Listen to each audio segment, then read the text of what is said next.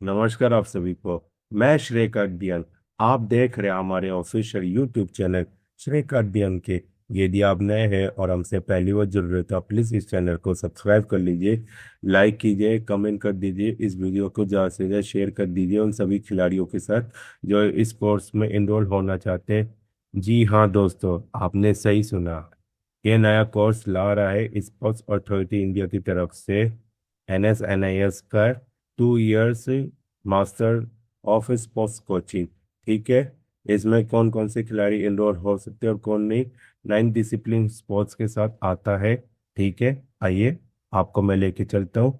Video पूरा and होने से पहले मैं रिक्वेस्ट करूंगा सभी साथियों से और कोचेस से, इस वीडियो को पूरा एंड तक देखिएगा। कोई डाउट है आप हमसे संपर्क कर सकते हैं कमेंट सेक्शन बॉक्स में। ओके, बिना देरी गवाए चलिए चलते हैं। ठीक है,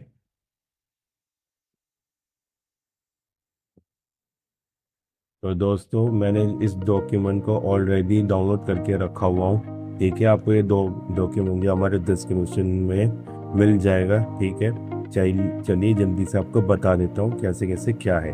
ठीक है, जैसे कि आप देख रहे हैं admission to 42nd batch of master of sports coaching का 2026 से 2028 का। तो साथियों, ये जितने भी न्यू कैंडिडेट्स या स्टूडेंट्स है जो इस वीडियो को देख रहा है, वो एज अ कोच बनने के लिए आपके पास सुनहरा मौका है। आप एज अ कोच बन सकते हो।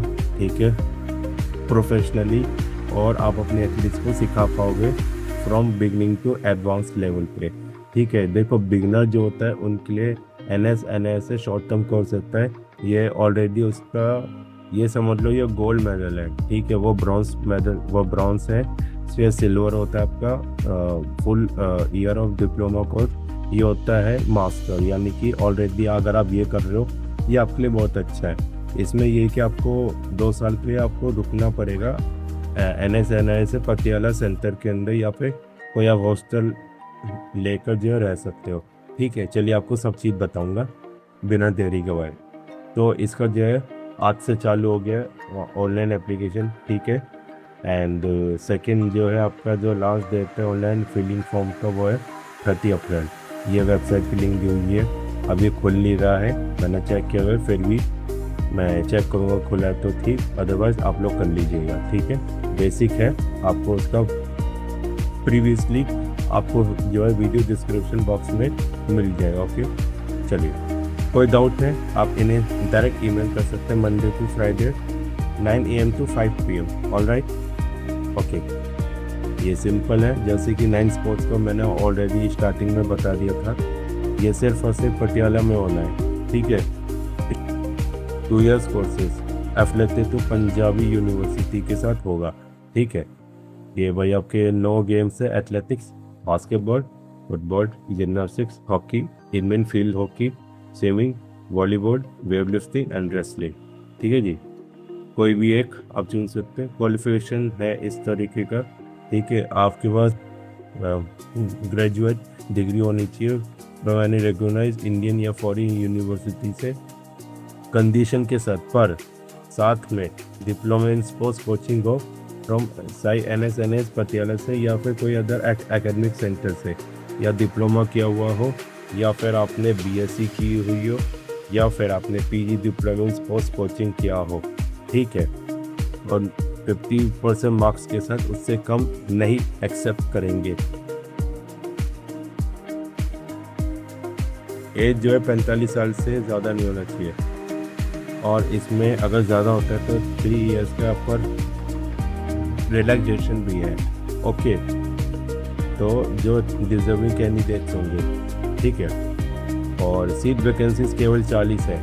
ठीक है, मार्क्स क्राइटेरिया की बात करें, एजुकेशन में आपका इस तरीके से रहेगा भाई। देखो, कहते हैं कि जो एजुकेशन की वैल्यू बहुत है, कहते हैं कि खेलना कूदना ही सब कुछ होता, पढ़ाई लिखा नहीं होता। नहीं भाई, आज के टाइम में ऐसा होता है कि देखो, खेलना कूदना भी ठीक है अगर आप किसी एक प्रोफेशनल फील्ड में जाना चाहते हो। अगर आप एज एन एथलीट हो तो आपको एजुकेशन में भी ध्यान देना चाहिए। सपोज आप कल कोच बनना चाहते हो या स्कूल की टीचर ही बनना चाहते हो, उसके लिए पढ़ाई करनी पड़ती है ना, तब हम उस मुकाम पे हम पहुंच पाते हैं।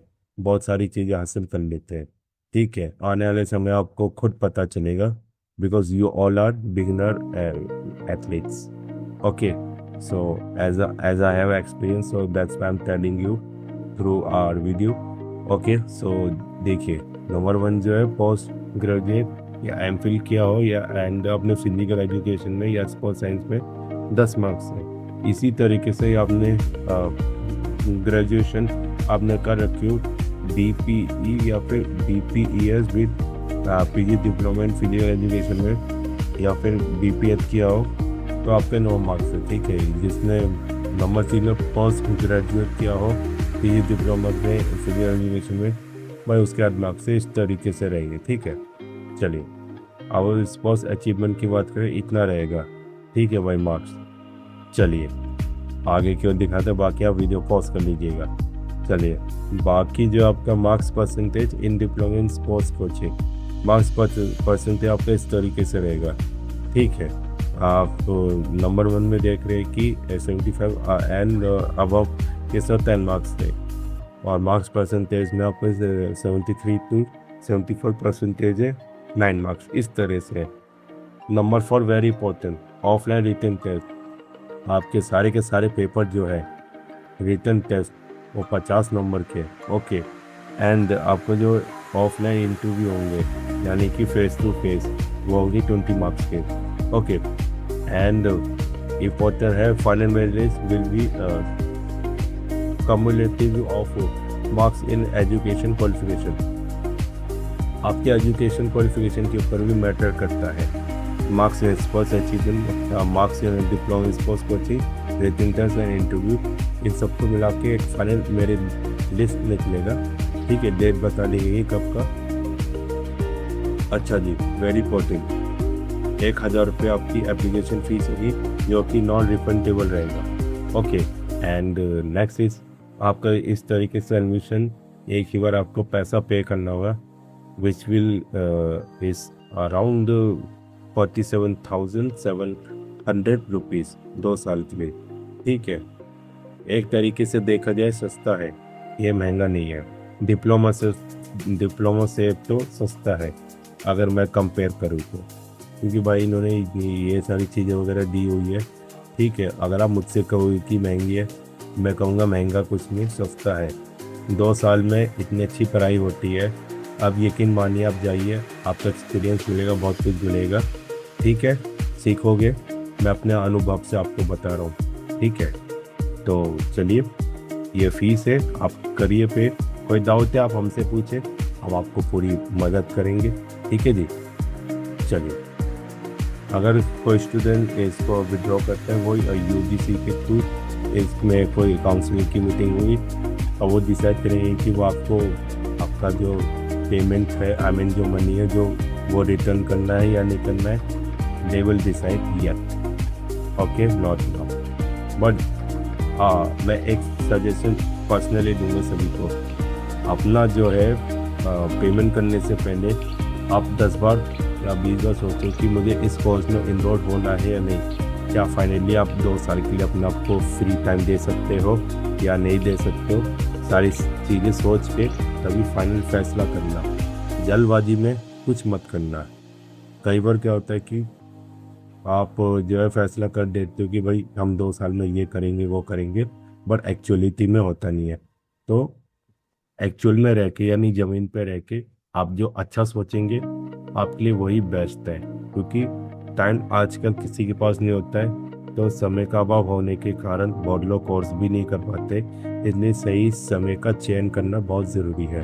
It's my personal request to all of our students who is watching our this video. चलिए अब हम आगे बढ़ते हैं। हाँ, तो इसमें जो है कोर्स की टाइमलाइन इस तरीके से है।